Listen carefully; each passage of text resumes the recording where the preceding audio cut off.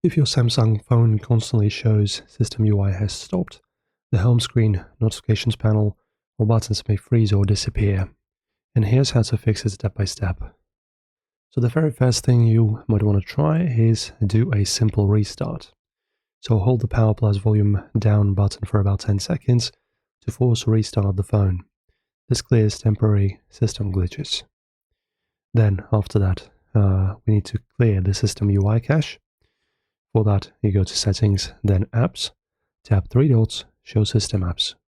Find an app called System UI, tap Storage for it, and then press Clear Cache. Do not tap Clear Data. Then clear One UI Home cache.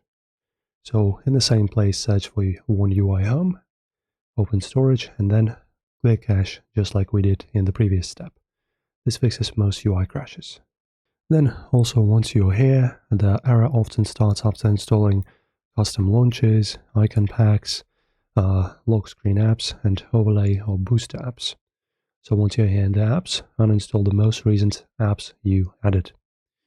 And then also software update can fix it. So for that you go to Settings, Software Updates, and download and install. Updates frequently repair System UI bugs. And then the last fix is wiping the cache partition. So for that power down your phone, hold power and volume up, enter the recovery mode for that. And then search for wipe cache partition, then reboot. Still not fixed? Back up your data and perform a factory reset then.